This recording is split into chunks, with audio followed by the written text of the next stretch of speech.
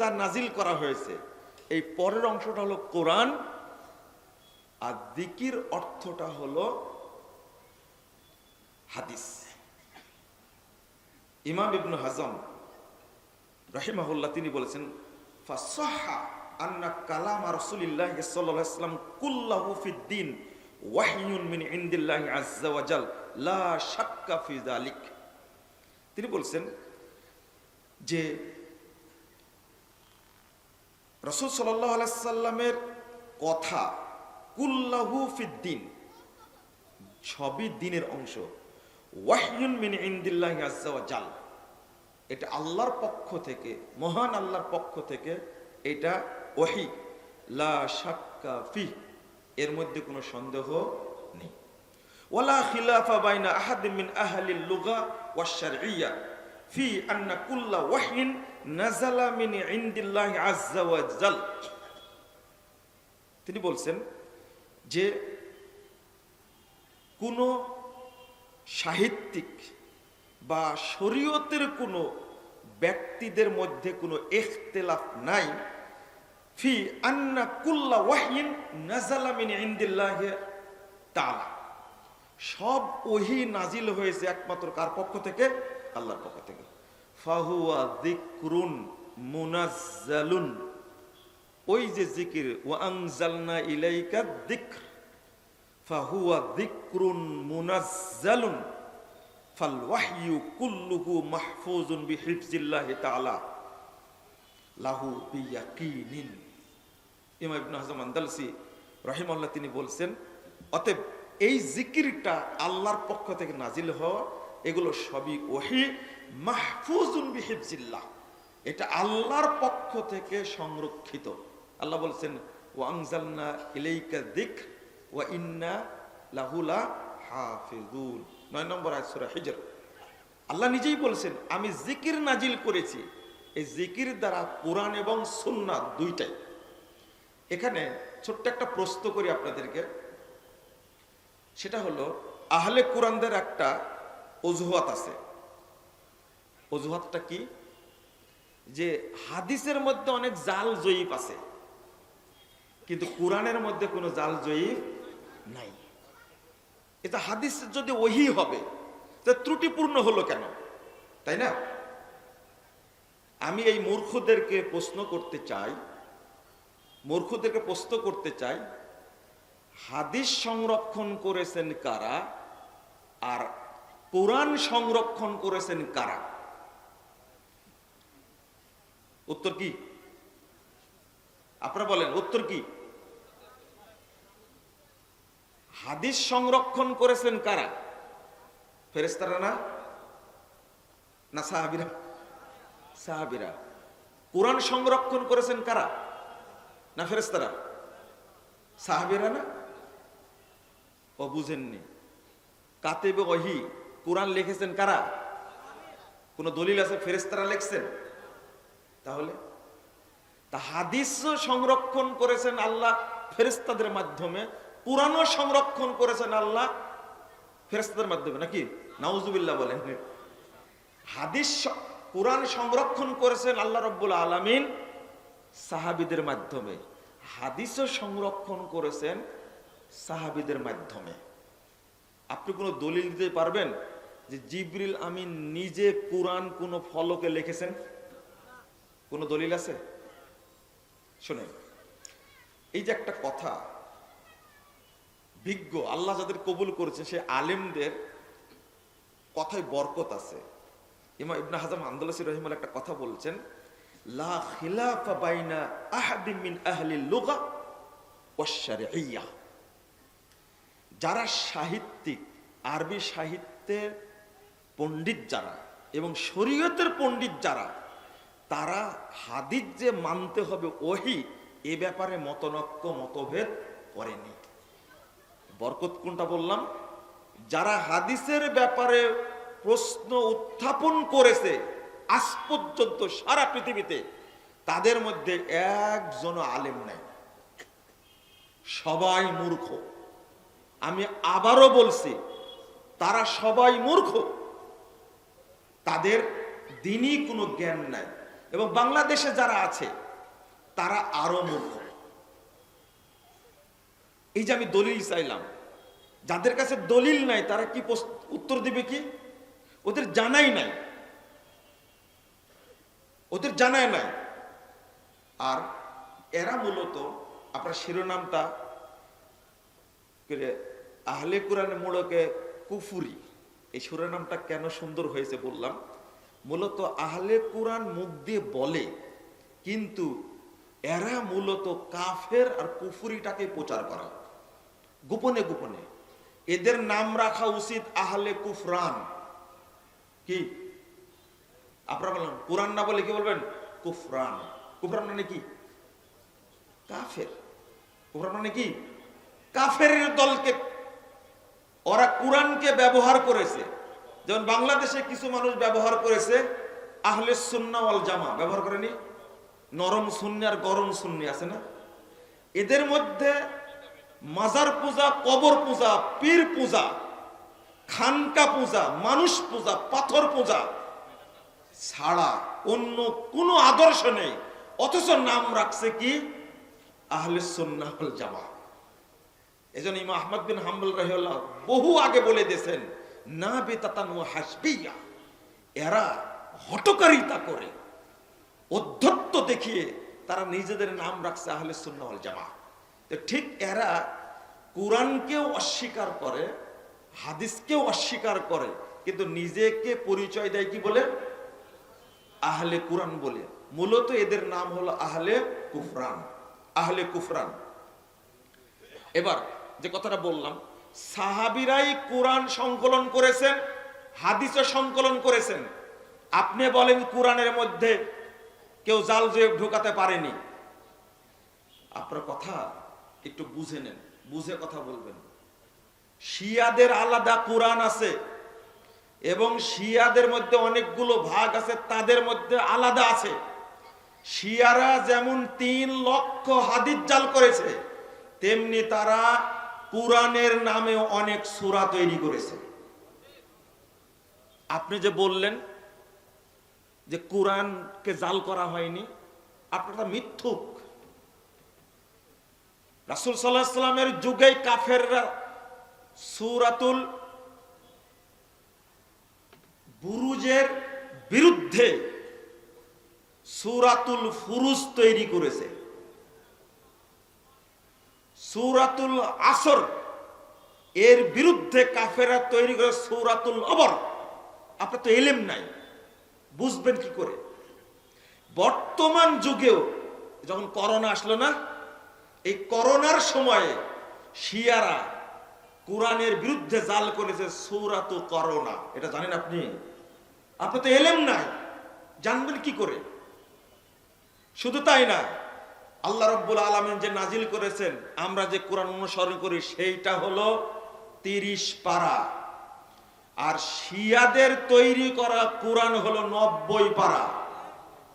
আমাদের কোরআনের আয়াত হলো 6300 কয়টা? 236টা। আর শিয়াদের কোরআনের আয়াতের সংখ্যা হলো 17,000 সামথিং। তাহলে কয় ভাগ বাড়াইছে? 2 ভাগ বাড়ায়নি। আপনি তো অজ্ঞ, আপনি তো পড়াশোনা নাই, আপনার জানা নাই। এবং মুসাইলামা কাজ্জাব, মিথ্যুক নবী, সে নিজে কোরআন রচনা করেছে। আপনি কয়টা রিপোর্ট নেবেন? কয়টা রিপোর্ট নেবেন?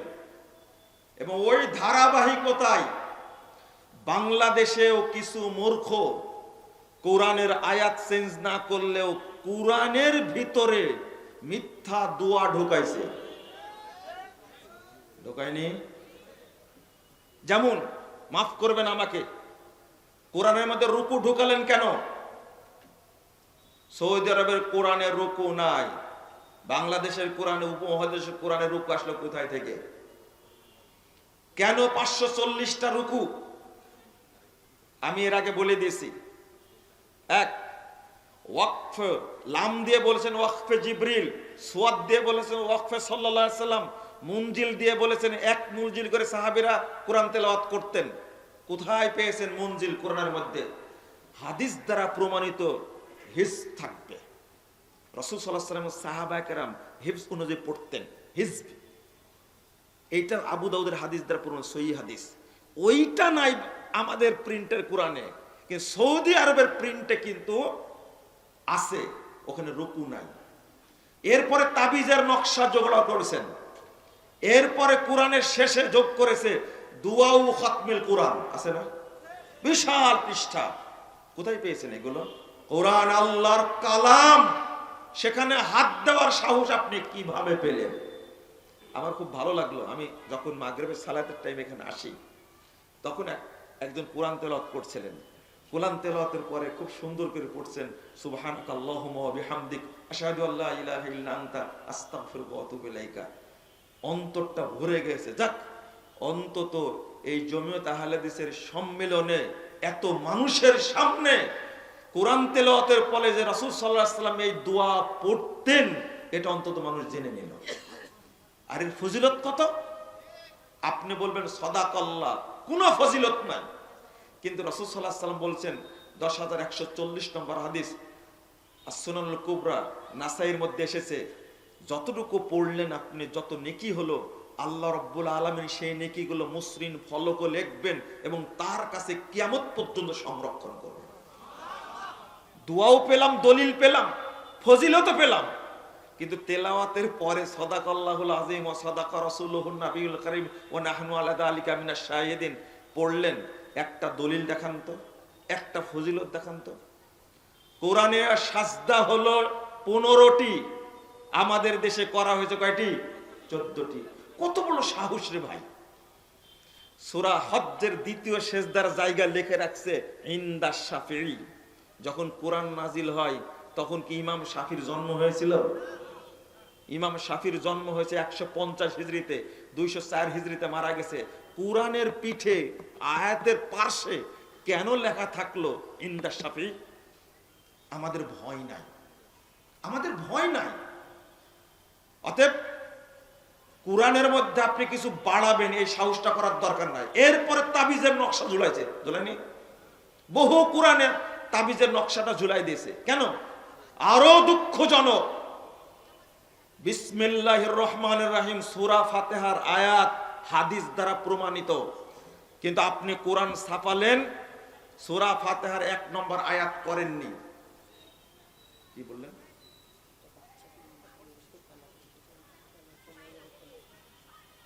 একটা বাচ্চা হারিয়ে গেছে, নাম হলো, পাওয়া গেছে, এখানে আছে আরনিকা, তাই না? দাদার সাথে এসেছেন, পাওয়া গেছে, মঞ্চে আছে, নিয়ে যাবেন আপনারা। বিএনপি অফিসে আছে, 5-6 বছর।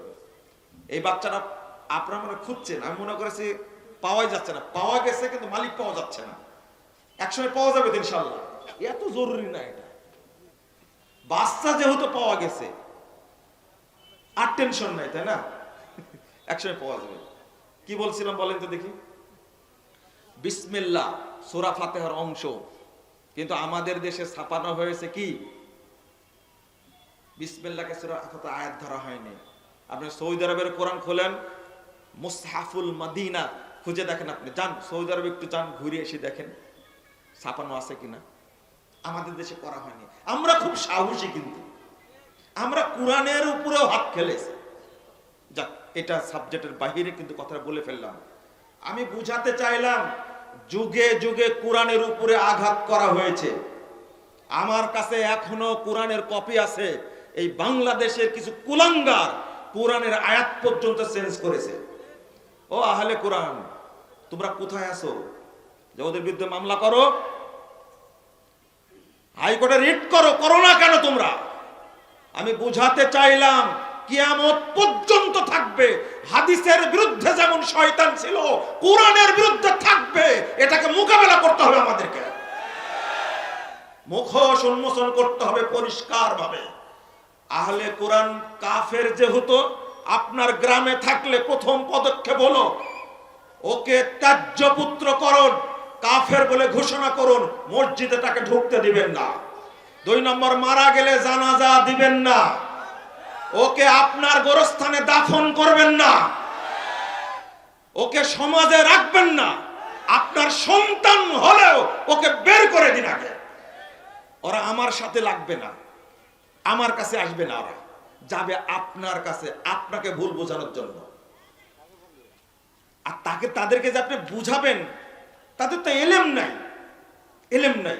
আসুন, হাদিস লেখা হয়েছে কিভাবে, এলেম নাই যেহেতু। 3646 নম্বর হাদিস, আমর ইবনে আস সবচেয়ে যে সাহাবী বেশি হাদিস লিখেছেন। আবু হুরায়রা রাদিয়াল্লাহু আনহু বলছেন, যদি আমি লিখতে পারতাম তা আমর ইবনে আসের চেয়ে বেশি হাদিস লিখতে পারতাম। তিনি মুখস্থ করতেন আর আমর ইবনে আস কি করেছেন, লিখেছেন। তিনি বলছেন, কুনতু আকতুবু কুল্লা শাইইন আসমাহু মিন রাসূলিল্লাহ সাল্লাল্লাহু আলাইহি ওয়াসাল্লাম উরিদু হিফযাহু ফানাহাতনি কুরাইশ। আমি আল্লাহ রাসূলের কাছে যা শুনতাই তাই আমি লিখতাম। উরিদু হিফযাহু, আমি চাইতাম লিখে মুখস্থ করব। তো ফানাহাতনি কুরাইশ, কুরাইশের লোকেরা আমাকে নিষেধ করলেন। ক্বালু তাকতুবু কুল্লা শাইইন তাসমাহু মিন রাসূলিল্লাহ সাল্লাল্লাহু আলাইহি ওয়াসাল্লাম ওয়া হুয়া বাশার। তিনি তো মানুষ, যা শোনো তাই লেখো। ইয়াতাকাল্লামু ফিল গাদাবি ওয়ার রিজা, তিনি মানুষ, তিনি কখনো সন্তুষ্ট থাকেন, কখনো অসন্তুষ্ট থাকেন, রেগে কথা বলেন, সব লেখা রাখা তুমি। তিনি বলতে আমসাকতু আনিল কিতাব, আমি লেখা থেকে বিরত থাকলাম। ফাযাকারতু যালিকা লিরাসূলিল্লাহ সাল্লাল্লাহু আলাইহি ওয়াসাল্লাম, এই বিষয়টা আল্লাহর রাসূলের কাছে উল্লেখ করলাম। ফাআউমা বি আসউসবিহি ইলা ফিহি, তিনি তার আঙ্গুল দিয়ে মুখের দিকে ইশারা করলেন, করার পরে বলছেন, ফাকাল উকতুব, তুমি লিখতে থাকো। ফাওয়াল্লাযী নাফসি বিয়াদিহি মা ইয়াখরুজু মিনহু ইল্লা হাক্কুন, তুমি লিখতে থাকো, আল্লাহর কসম করে বলেছে যার হাতে মুহাম্মাদের প্রাণ আছে, এই মুখ থেকে হক ছাড়া কিছু বের হয় না। এই নাদান মূর্খ, আমর ইবনে আস সম্পর্কে ধারণায় আমি জানি। এই যে হাদিসগুলো লিখলেন, একটা লিখলেন, ওই যুগে কোরআনও লেখা হচ্ছে।